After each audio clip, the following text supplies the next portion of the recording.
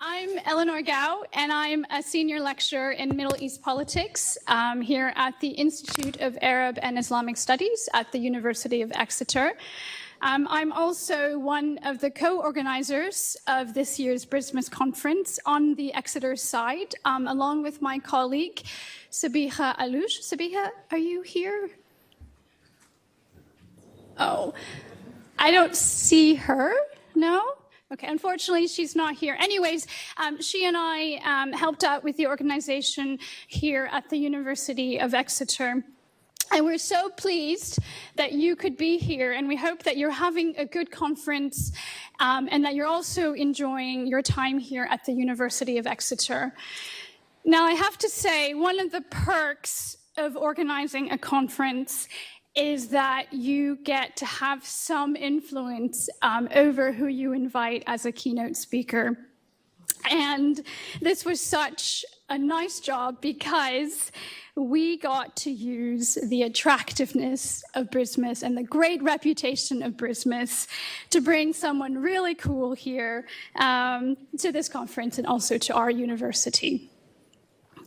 And in the autumn, this past autumn, when we were thinking about who to invite as a keynote speaker for this year's conference, and of course we wanted someone who could speak, to the theme of the conference, which, as you know, is ecology, crisis, and power in the Middle East.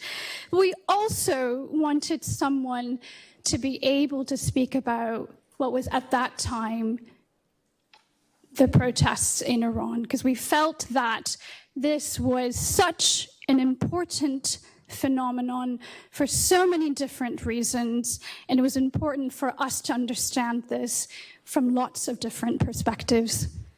And so we were so pleased when we were told about Shahrzad Mojab, and doubly pleased when she accepted our invitation to come as a keynote speaker. And so now I get the pleasure of introducing Shahrzad and telling you a little bit about her very impressive background before she starts her talk today. So Shahrzad Mojab, she's a scholar, a teacher, an activist, and internationally renowned for her work on the impact of war, displacement, and violence on women's work, on their learning and education.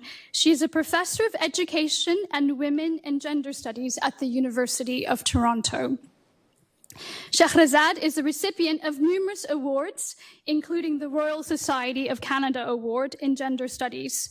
Her research and teaching focus on the theorization of Marxism and feminism, intersectionality, capitalist imperialist patriarchy, and the revolts of women, students, and nationalities in the Middle East and North Africa. She has published extensively on these topics, and they have been translated into numerous languages, including Arabic, Persian, Kurdish, French, Swedish, German, and recent examples. Some of her most recent writings include Women in Education in the Middle East and North Africa, in the Oxford Research Encyclopedia of Education, Women and Revolution in the Middle East, in the Routledge Handbook on Women in the Middle East. Her most recent books include Marxism and Migration, Women of Kurdistan, a historical and bibliographical study, Revolutionary Learning, Marxism, Feminism, and Knowledge.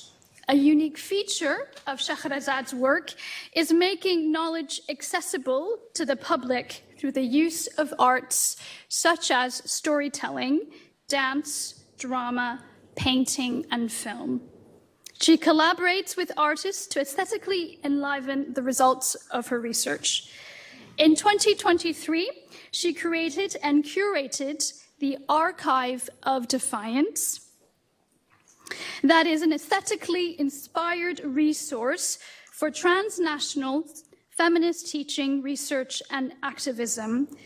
Selected visual materials representing the movement of women, life, freedom in Iran is curated based on the art forms, and where necessary, a brief description of the content, artist names, place, date, and time is provided.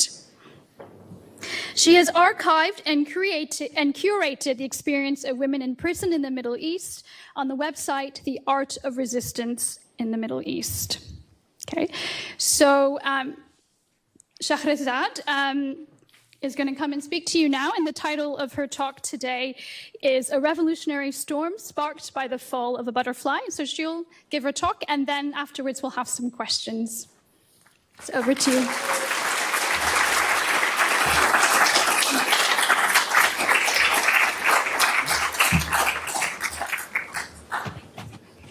Hello, everybody. Thank you so much for BRISMES to extend an invitation to me.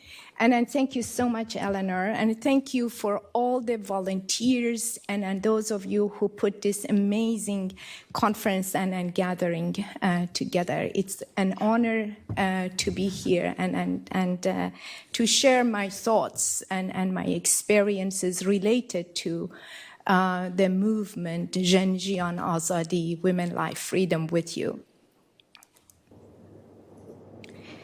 Living revolution, learning revolution, writing and rethinking revolution has been my lifelong intellectual and political pursuit. I do use the cherished concept of revolution as a dream, as a political act, as a poetic expression, and as a right of all to revolt against injustices. I do not intend in this talk to attend to the feminist theoretical contestation of the notion of revolution.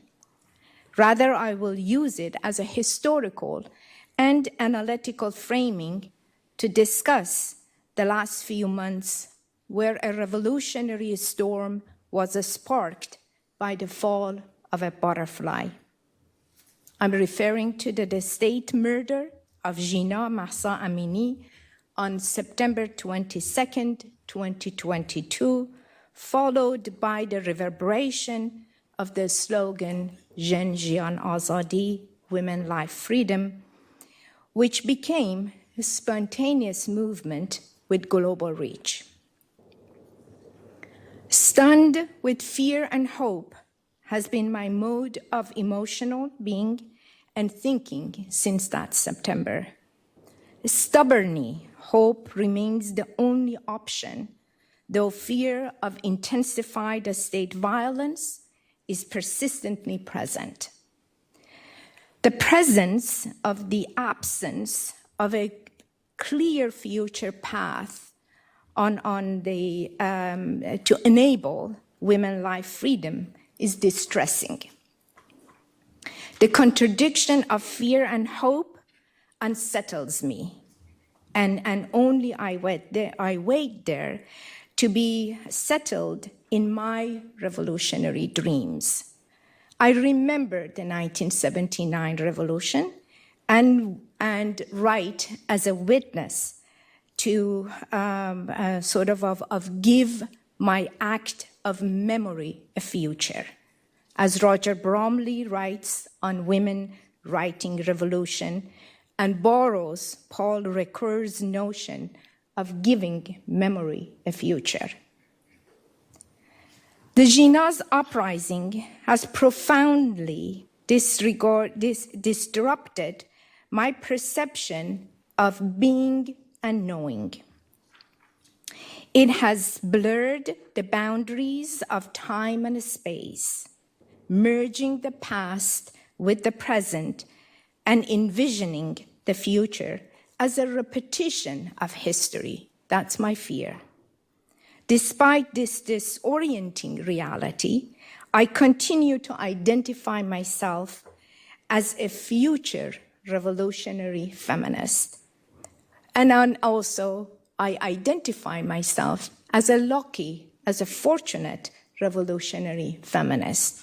Fortunate to live through decades of women's revolts, to be disenchanted and also overjoyed by it, but refuse to abandon a principled, radical hope, which is grounded in my Marxist feminist mode of theorization, and that orients my research and praxis through reflection on 5 key theoretical problems. And these key theoretical problems that I will identify, I will not go through them, all of them throughout my talk, but I will refer to them.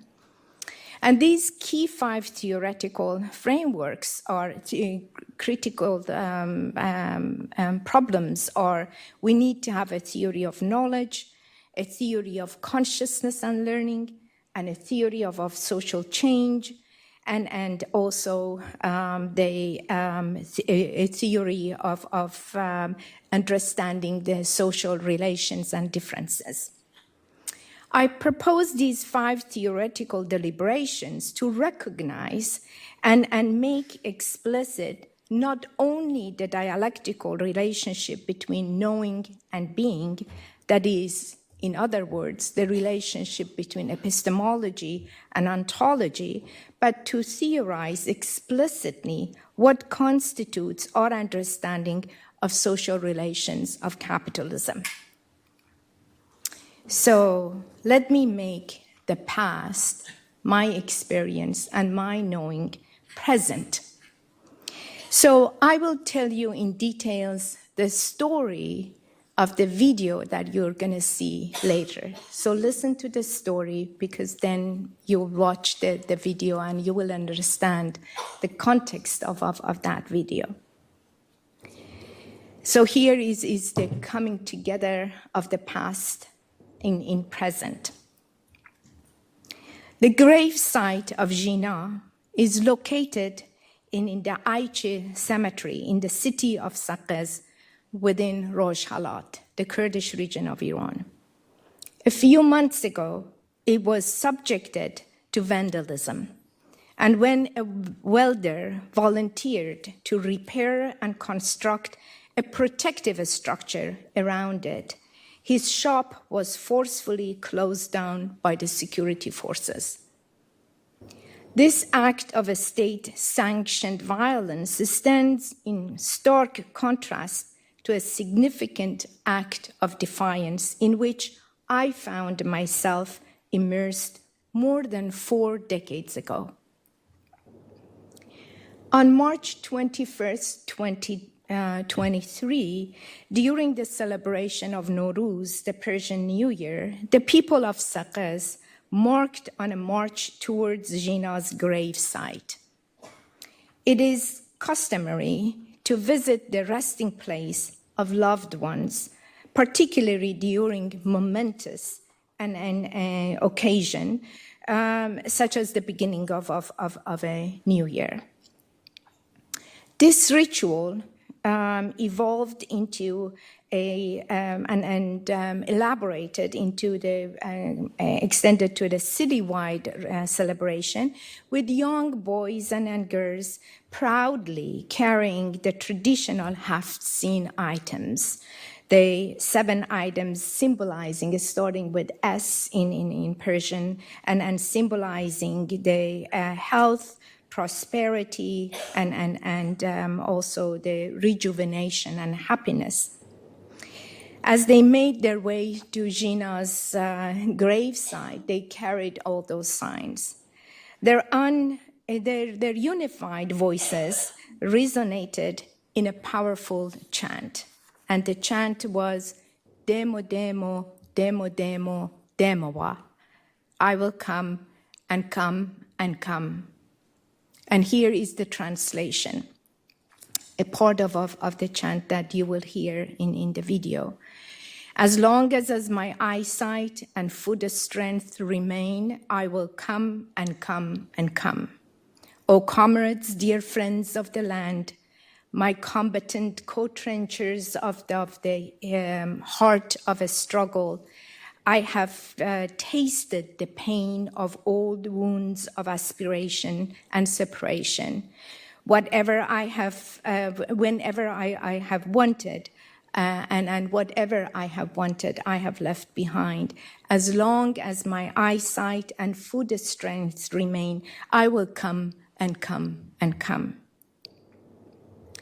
This chant is based on a poem by beloved Kurdish poet Heman Mokriani, and is called originally Nale Jodai, Lament of Separation, written in 1974. There is a beautiful story about that. If you want, I will be happy to talk to you later about it. But here is where my past creeps up on me. I was Jîna's age when the compulsory whaling decree was issued by Ayatollah Khomeini. I actively participated in the protests and the March of 1979, where I experienced physical assault and was forcefully removed from a bus. It was during the 1980-1982 resistance movement of the Kurds that for the first time, as a member of the dominant nation, the Persian, I moved to Rojhelat, the rugged land of the Kurdish region of Iran. Growing up in Iran, I witnessed the construction of the Kurds as subjects of Persian national chauvinism. This construction occurred alongside the glorification of Iranian national politics, cultural discourse, and national collective consciousness. However, the 1979 revolution disrupted the incongruity between Iranian-Persian nationalism and provided an opportunity for the restoration of the rights of national minorities, including the Kurds, to self-determination and autonomy. Although this period was short-lived, it allowed me to find myself in the early 1980s amidst the mountains of Rojhelat, where I joined an armed struggle and became among one of the first members of women's Peshmergas, freedom fighters. Marching alongside my comrades, I heard demo, demo, demo, demo, demoa. But that was in a reimagined, radicalized, and politicized version created by Komala, the left political Kurdish organization.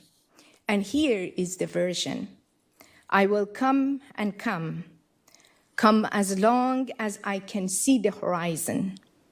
I will come and come because my outcries are the outcries of the impoverished Kurds. I am the offspring of the Kurds, shaped by the class struggle of the oppressed. I am against capital and my only pillar in the flames of vanquishing oppression. I will struggle for the freedom and rights of the impoverished and oppressed Kurds and refugees. My heart is filled with hope, and by no means will I let my revolution be crushed. So what you will see in this video that I'm going to show is that sort of a progression of the Jîna's gravesite and the chant there. And then the chant that was changed into this marching, sort of the protest songs. But then at the end, you will see the image of Nasser Razazi, a beloved Kurdish singer, that is performing this politicized version on the occasion of the 1999 Halabja ceremony in the Halabja, Iraqi Kurdistan. So let's watch this video and I will continue after that. It's only 4 minutes long.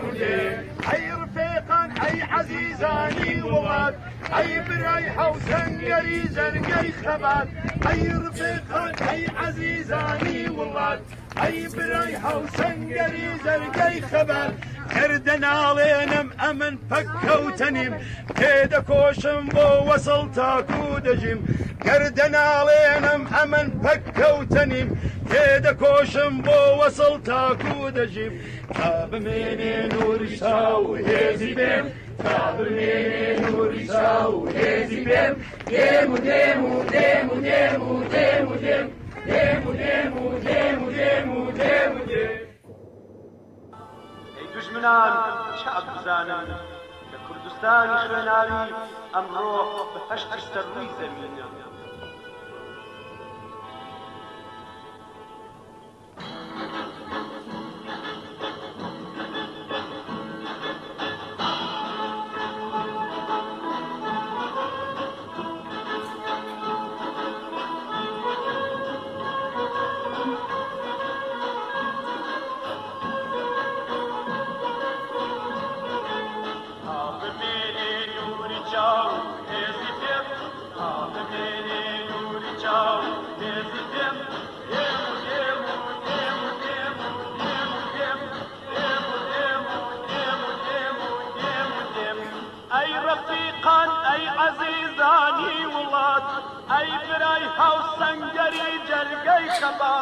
أي رفيقان أي عزيزاني ولاد أي برايها وسنقري جرقي خبات جاني ناسوري جيايم چشتوا هرچی خوشم ویستوا جم هشتوا جاني ناسوري جيايم چشتوا هرچی خوشم ویستوا جم هشتوا آمني نوری جاو هزیدم آمني نوری جاو هزیدم دمو دمو دمو دمو دمو دمو دمو دمو دمو دمو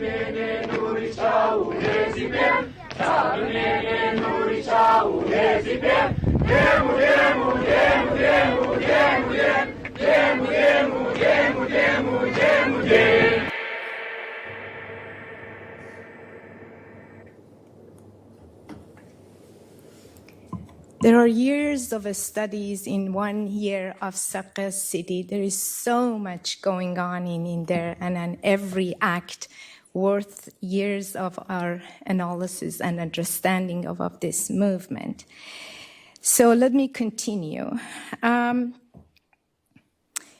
It is this reconstruction of the past within the present that forces me to remember within the content of the possibility of a future.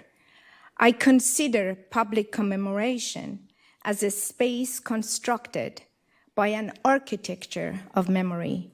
Above all, with what they produce is a narrative memory, storing the present and encoding a potential future, imprinting and scripting publicly available signs, symbols, and senses supplemented by the subjective category of witnessing activist. As I mentioned, my life is interlocked with the 1979 revolution in Iran. Above all, I'm still living witness to the rise and the demise of the last populist democratic revolution of the 20th century. A revolution that has been written about extensively, though its history remained to be recorded and retold, especially by the rebellious Kurdish women and the left. For 40 years, I have carried the heavy burden of the unfulfilled dream of freedom, justice, and the lifting of the tyranny of the state off the back of people. In my resettling and rerouting struggle in exile, even as an intellectual, I have been discreet about the pain and the joy of these unsettling years of resistance. I do not know how to express it fully. Maybe it is the anger of a revolution stolen from people, the controlling, disciplining, and punishing women's bodies and sexualities, the suppression of thought and ideas, the banishment of comrades and friends by the state in prisons, or beautiful lives and minds who were cut short by mass execution in Iran in the 1980s. I belong to the generation of women targeted by both the secular and theocratic regimes. Our bodies were inscribed, tested, dressed, undressed, shaped, and reshaped as part of the project of nation-state building. In my teens, I was quote-unquote modernized, educated, and taught ideas of independence as an urban middle class belonging to the dominant nation of Persia. Soon after finishing my college education in the 70s, I was sent to the US on a government scholarship to become a technocrat and learn to redesign the Iranian university structure, the structure modeled after the American system of university governance. However, it was the ongoing aura of the 1960s, the student movement, especially the anti-war, civil rights, and feminist activism on the campuses, which excited me and animated my life. In those moments, I discovered myself, my country, the whole world, the region, my passion, my future. I rebelled against first myself and relations around me. I became a revolutionary intensely in love with humanity. The rise of revolutionary tides pulled me back to Iran. Like thousands of other Iranian students abroad as part of the Confederation of Iranian Students, I returned home to join in rebuilding post-monarchical Iran into a democratic society. As vague as it sounds now, and more than 40 years ago, still it's a moment to remember. The dream days were cut short, too short indeed for me to even have a chance to blink at any particular moment of it or think about the future and the possibilities. Jîna's uprising is compelling me to cautiously, yet attentively, follow this movement. It possesses a hunting quality that captivates me with every image and sound evoking thoughts of the past, though hesitant or tentatively I think about the future. Jîna's uprising is truly remarkable. In the 100-year history of women's struggle in Iran, and for that matter, even for the entire Jîna region, we have not witnessed such a widespread revolt against the compulsory hijab. This uprising has undeniably transformed Iran's political landscape and stands as a historical turning point. We now refer to Iran as the pre-Jîna Mahsa Amini and post-Jîna Mahsa Amini due to the significance of this event. While the uprising was initially sparked by a revolt against compulsory hijab and patriarchal theocratic rule, it has also shed lights on various social concerns. Iskandar Burujerdi draws from Stuart Hall and calls it conjunctural crisis, political, economic, social, and cultural. These include the repression of the rights of national and religious minorities and sexual minorities, political prisoners, class differences, poverty, unemployment, environmental problems, regional wars and refugees, and the suppression of freedom of thought and expression. Nonetheless, the surge of the uprising demonstrates how all forms of social oppression, whether based on sexuality or nationality, are interconnected with exploitation, such as the class gap, poverty, homelessness, and unemployment. It also reflects the authoritarian capitalist theocratic nature of the Islamic State. These oppressive and exploitative relations have been deeply ingrained within the fabric of society, and the state's religious ideology has legitimized and legalized these relationships according to Islamic law. However, the legitimacy of the theocracy has been profoundly shaken by this revolt. People from around the world have stood in solidarity with the struggle of our people of Iran for freedom, democracy, and equality. The burning of the veil has brought about a profound intellectual and cultural transformation in society with historical implications. Young individuals, commonly referred to as the 1980s generation, aged between 15 and 25 years old, have displayed astonishing energy and determination in advancing the resistance. This uprising also highlights another important point. For 30 years, a significant portion of the regime, the reformist faction of the regime, tried to dissuade the people from pursuing revolution, promoting the illusion that human or women's rights could be achieved without a revolution. However, this illusion has been shattered by this movement.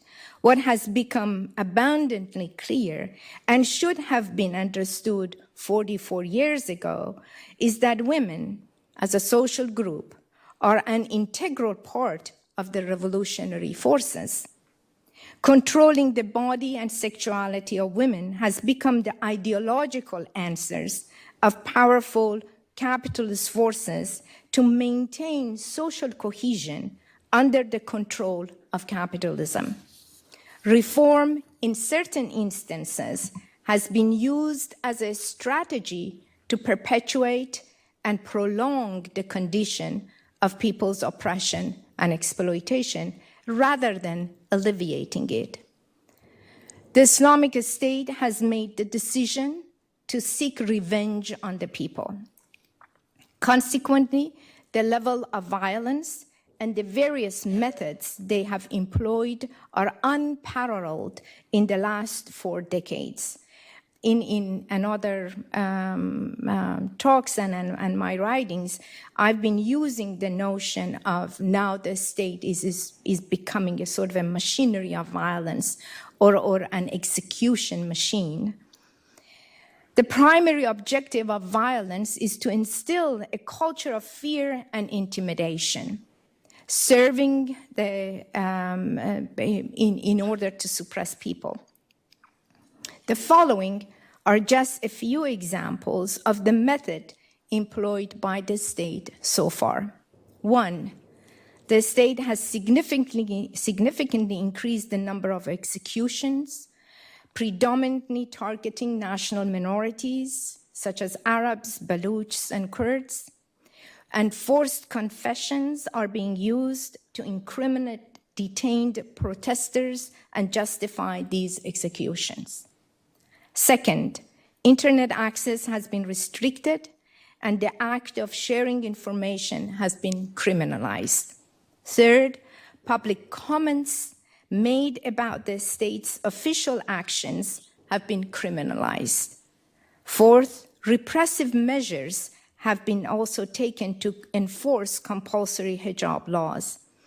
As of March 2023, new punitive measures have been introduced, including the use of surveillance cameras to identify and punish women who do not adhere to the dress code. Furthermore, the freezing of bank accounts of women who refuse to wear the hijab and the closure of businesses that disregard the compulsory veiling law have been implemented.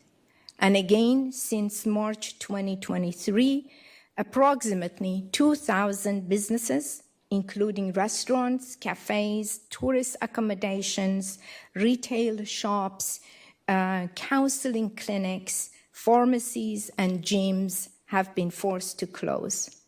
The closure of a large modern shopping center in Tehran, which housed over 450 businesses, have resulted in the loss of approximately 3,000 jobs.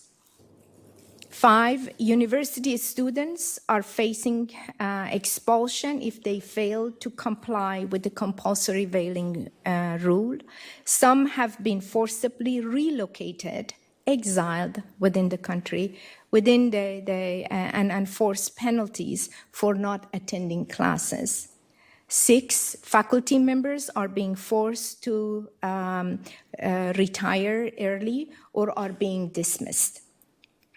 7, celebrities, including artists, writers, and athletes, have been shown who have been shown support for the protests. They all are being arrested and subjected to travel bans. 8, medical doctors who have treated injured protesters are being arrested, detained, and subjected to torture. 9, a significantly large portion of funds is being allocated to the military and security forces. The government has presented a draft budget plan that includes a substantial increase in the budget of military, security, and propaganda institutions. Lastly, teachers protesting against chemical attacks, which is poisoning of schoolgirls, are being threatened. As chemical attacks continue to occur in schools, primarily targeting girls, teachers have received threatening text messages from Iran's security agencies warning them about their support for the movement and the protesters.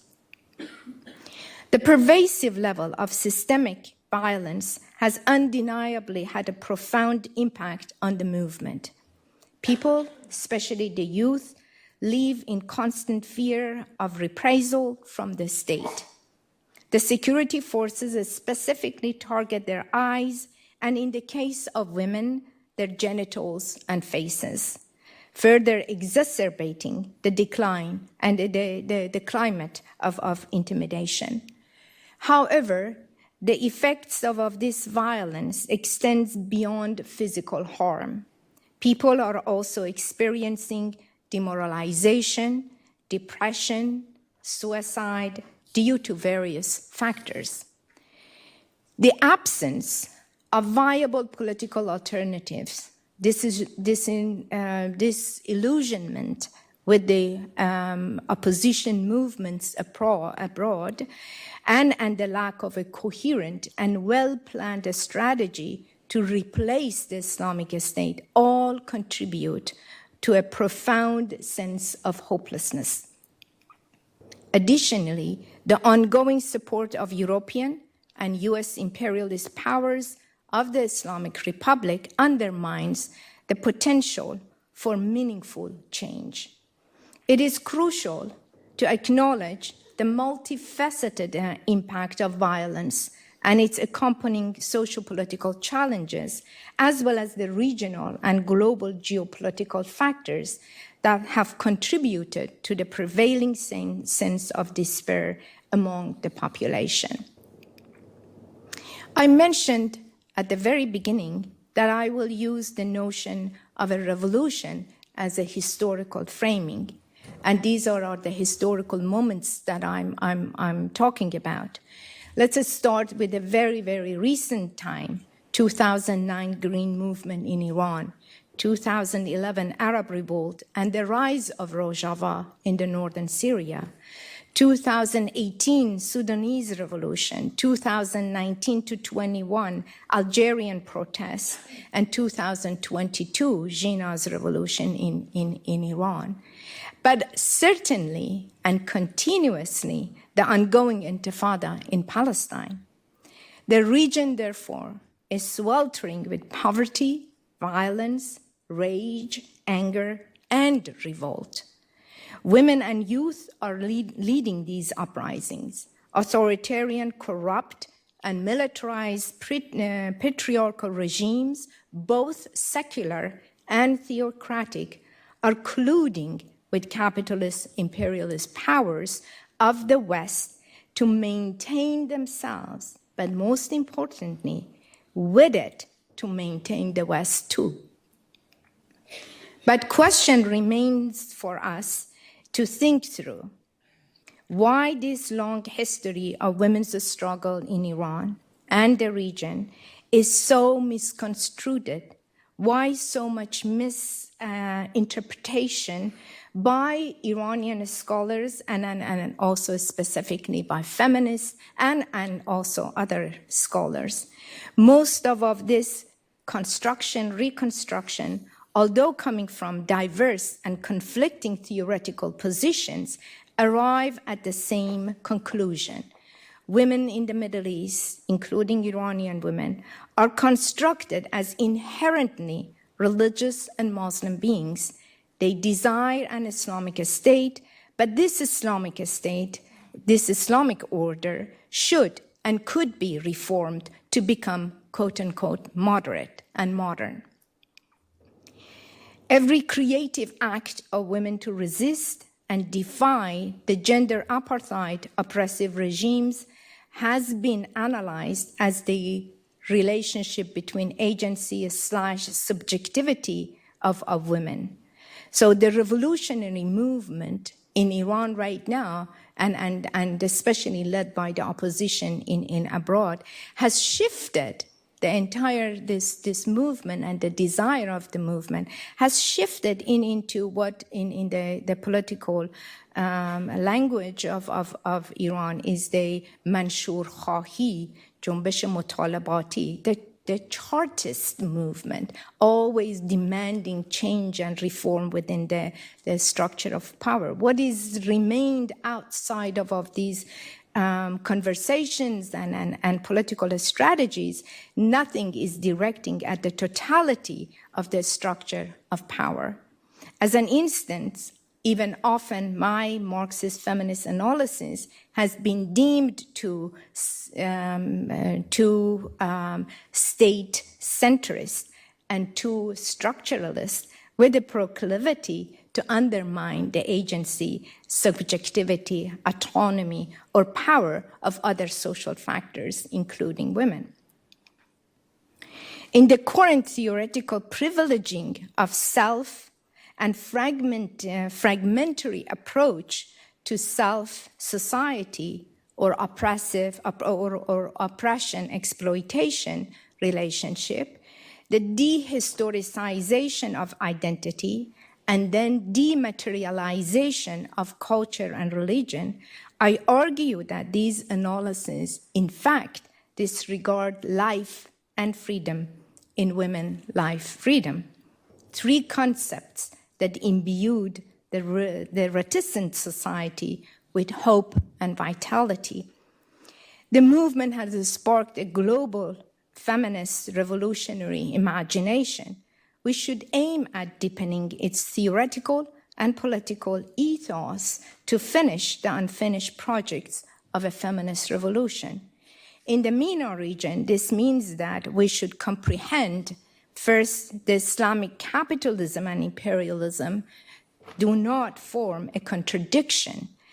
While sometimes in conflict, they remain on the same side insofar as they are, in fact, against the emancipation of women, ideas of democracy, independence, equality, human rights, secularism, and socialism.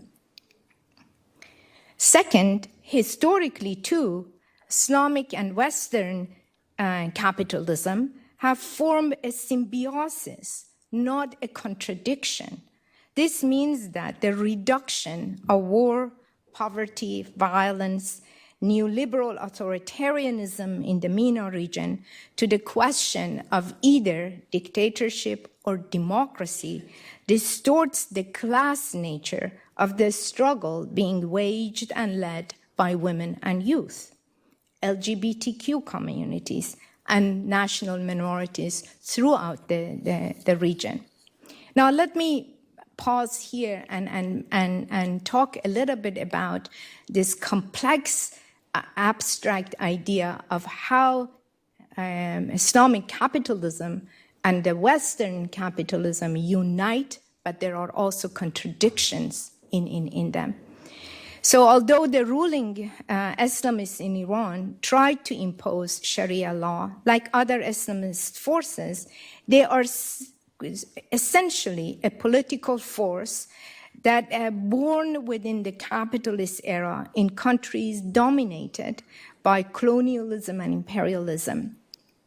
As a political force, it has competed and fought against the nationalist forces, secular forces, as well as the socialist and other political powers. There have been sharp contradictions between Islamist and Western imperialist powers, especially with the United States, but these contradictions do not reflect the unity in their socio-economic structure.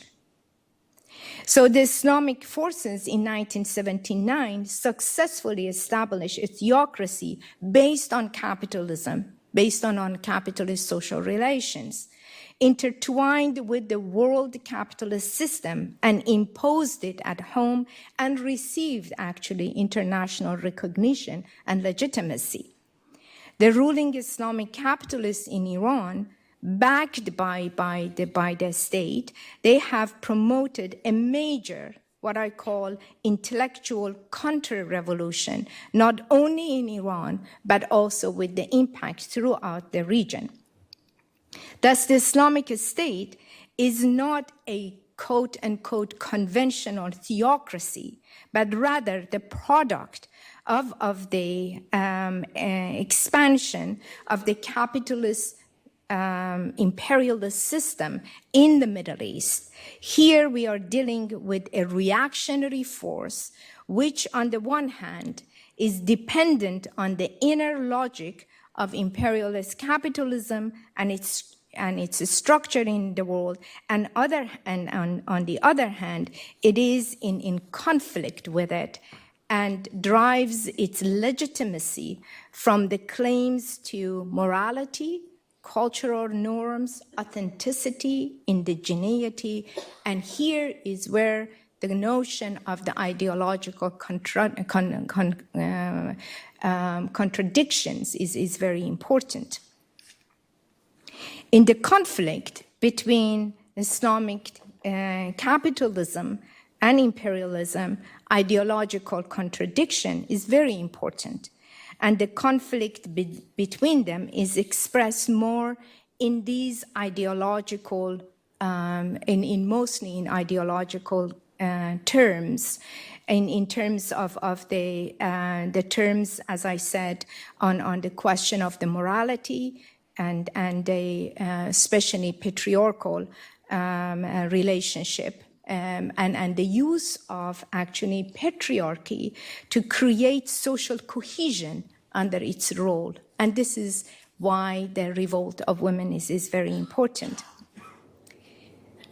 I started with the notion of rethinking revolution within Jîna Azadi, but with the politically volatile situation in Iran and the rise of exiled right-wing coalition reaching out to the West in search of an alternative and making, quote-unquote, intersectionality as its liberal exit strategy, it's very important to pay attention to this, what is happening right now. Right now, what is important, I think, is that we need to reappropriate women's life freedom and truly turn it into a radical, liberatory, and just platform, not only for Iran, but for the entire MENA region. So what do I mean by this notion of the intersectionality that it is being used in the context of the strategy of especially opposition, Iranian opposition in abroad? The notion that they use is the mutakasser, which means multiplicity, multitudes, multilingual, nationalities, but also all other sort of social differences. But my argument is that this, and that's why that I call it a liberal exit strategy, because this is, I have a different understanding of the notion of the intersectionality. I think that it is impossible to disarticulate social relations from one another without using an epistemology, a theoretical understanding that objectifies our social reality and artificially separates relations of oppression from each other through a cultural logic that segments race, gender, sexuality, religion, nationality from capital and class. Ontologically, forms of oppression that produce these differentiated social identities and experiences are also inseparable. These social relations exist in historical, materialist, dialectical relationships. And dialectical conceptualization in the historical materialist traditions means that we need to look at social order as inner relationship between multiple phenomena occurring simultaneously at both local, that is particular, and global, or the universal, the scales over time. Dialectical thinking allows us to understand experience through these dynamic webs of relationship historically. All of this is happening under the global capitalist mode of production. This analysis is necessary because in the absence of a theory of the social, various social scientists, including sociologists, anthropologists, or feminist traditions, have conferred upon social relations a status independent of social whole, resulting in the fragmentation of social organizations into components of gender, economy, race, religion, nation, sexuality, or a state. This fragmentation does not allow us to see how these social forms exist in mutually determining relations. Thus, our understanding of the social must account for and explain the existence and functioning of these differentiations. This means that these differences are not epiphenomenal, but part of the historically specific determination of capitalist social relations. Intersectionality is not adequate in terms of describing how forms of differences are used to organize social life. But we cannot dismiss the lived reality intersectionality describes. The reality is that people feel the social relations that constitute our reality in different ways and at different times, they do exist. One of the critiques of intersectionality is that it's a sort of a liberal ideology because it obscures class. I think this is an underdeveloped argument. The debate over intersectionality provides us with a necessary caution, as especially as an educator and a scholar, we must take seriously the reality that it tries to describe, because it is that reality that then we must take it as the project of revolutionary social change. Finally, a revolutionary feminist starting point is also not the problem of identity, authenticity, indigeneity, or rhetorical decolonization. From a feminist revolutionary perspective, no aspect of social relations, culture, forms of identities, religion, sexuality can be separated from the larger patriarchal, racist, capitalist, and imperialist structure of power. Becoming a movement for revolution depends primarily on women and youth, and eventually mass of people becoming aware of political, social, and economic condition for building a more equitable and fundamentally different society. Jeune Jian Azadi Uprising is an expression of the potential of revolution and revolutionary opportunities, but it is still a long way from revolution. Revolution or fundamental change occurs when the whole political, economic, and cultural structure, not just the state that manages it, produces and reproduces it at every juncture, is overthrown or replaced by a political power with a fundamentally different system. In this context, the Jîna's uprising has made an important political, social, and cultural breakthrough, but there is still a long way to go.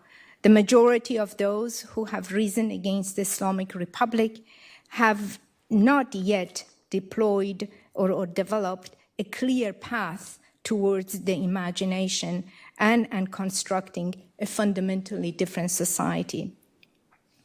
This is the greatest danger, and the results and failure of the 1979 revolution in Iran and the failure of the Arab Spring movement, like the one in Egypt and Tunisia, they all have many, many lessons for all of us to seriously think through about the notion of revolution. Jîna's uprising is part of a global cry against the suffocating situation that this global imperialist system has created. Control of women's bodies and sexualities has become ideological response by powerful capitalist forces to maintain social cohesion under the control of the capitalist patriarchy. This uprising really has changed the political parameters, not only in Iran, but also throughout the region. Let's capture this moment, let's think through about it, and let's deepen the slogan, Women, Life, Freedom. Thank you very much.